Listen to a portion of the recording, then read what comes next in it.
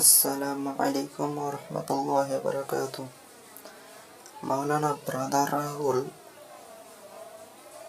ওয়াকফ board সম্পর্কে কি বললেন আপনারা প্রথম থেকে শেষ পর্যন্ত দেখবেন।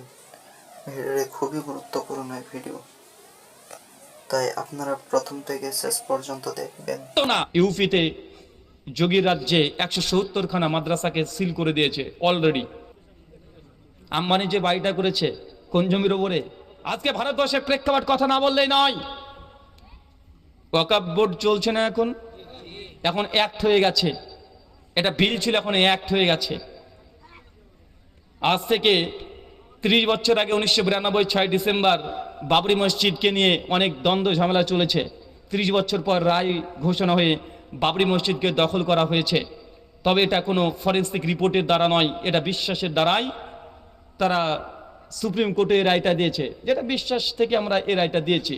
কোনো লজিক্যাল যৌক্তিক কোনো তথ্য প্রমাণ ছাড়াই সে বিশ্বাস দিয়ে রায় দিয়েছে না ভাইজান? দিয়েছে।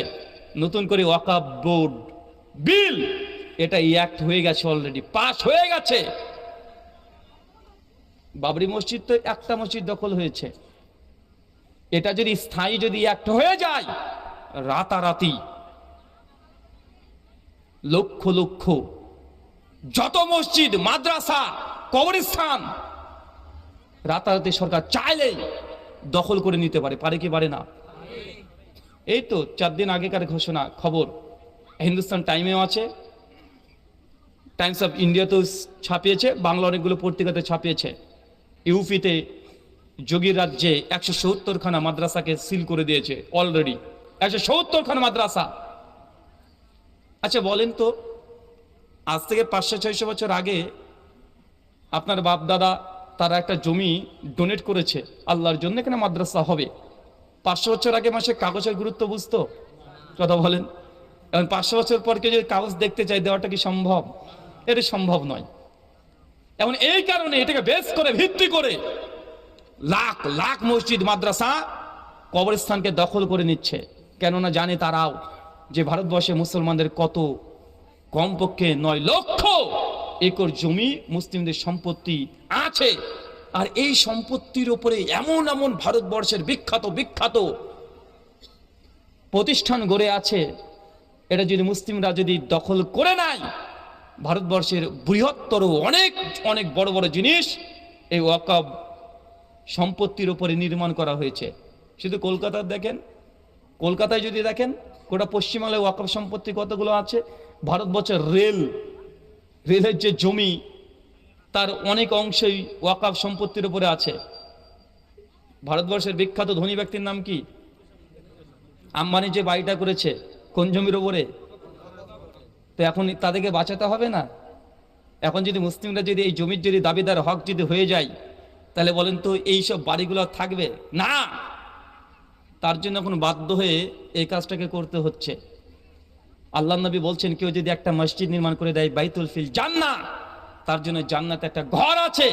কিন্তু আমাদের বাঙালি মুসলিম শিক্ষা দীক্ষা আমরা কম, আমাদেরকে বোঝাচ্ছে দেখেন ওয়াকফ সম্পত্তি তো এর আগে বিভিন্ন রাজনৈতিক দলের নেতারা অনেক অনেক খেয়েছে, তো আমরা এটাকে নিয়ন্ত্রণ করতে চাই।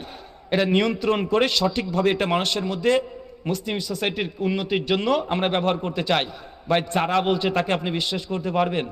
যারা মুসলমানদের মসজিদের উপরে শুধুমাত্র একটু জুমার নামাজ পড়বে এই অনুমতি দেয় না, তারা নাকি মুসলমানের সম্পত্তি আর মুসলমানকে ভাগ দিবে। ভাই, এটা মানুষ না পায়ে যাওয়া বলেন তো? ওরা কি আমাদেরকে বোকা মনে করে না? তারা নিজেরাই বোকা। যে আমাদের মসজিদের উপরে আমাদেরকে সপ্তাহে একদিন নামাজ পড়তে দেবে না, মসজিদে আজান দেওয়ার জন্য অনেক জায়গাতে বাধাগ্রস্ত করছে। যদি আলহামদুলিল্লাহ পশ্চিমবাংলা এই দিক দিয়ে গোটা ভারতের মধ্যে সব চাইতে সুখী, যদি কোনো জায়গা থেকে ধর্ম নিয়ে কোন্দল হয় না, পশ্চিমবাংলা কয়েক নম্বরে চলে আসবে। কিন্তু তাদের রাজ্যে যারা এই দাবি করছে, মুসলমানদের ফ্রিজে গরু গোস আছে না নাই এই সন্দেহ, কতজনকে মব লিঞ্চিং করে দিয়েছে, কয়েকশো মুসলমানকে হত্যা করা হয়েছে কি হয় নাই? কথা বলেন তো। যারা এই কাজটা করছে তারা বলছে আমাদের নাকি কল্যাণ চাই, আমাদের নাকি উপকার করতে চাই, আমাদেরকে নাকি খুব ভালোবাসে তারা। মানে আমাদের ভালোবাসাতে তারা নাকি মানে এতটাই ভালোবাসে যে আমাদেরকে নিয়ে এত কিছু চিন্তা করে। চিন্তা করতে পারছেন? আমি বুঝি না যে এরা কাকে কি বুঝায়। আমি রাজনীতি নিয়ে কোনোদিন কথা বলিও না, রাজনীতি করতেও চাই না। তবে এ কথা বলি, মুসলমানের সম্পত্তি যারা খেয়েছে খেয়েছে, কিন্তু তুমি তো শুধু খাবে না, পুরো দখল করে নিবে। আমার জমি পড়ে আছে এখানে, আমি এটা একটা কাজ করি না, গ্রামের মানুষ এসে মানে ছাগল চড়াচ্ছে, নিজে উপকৃত হচ্ছে, ঠিক আছে, সমস্যা নেই, করতে থাক। কিন্তু কেউ যদি এসে বলে জমিটা এখন আমার, দখল করে নিয়ে চলে যেতে চাই, তাকে দেবেন? আমার সম্পত্তি যারা খাচ্ছে খাক। মুসলমানরা কোনো অভিযোগ প্রতিবাদ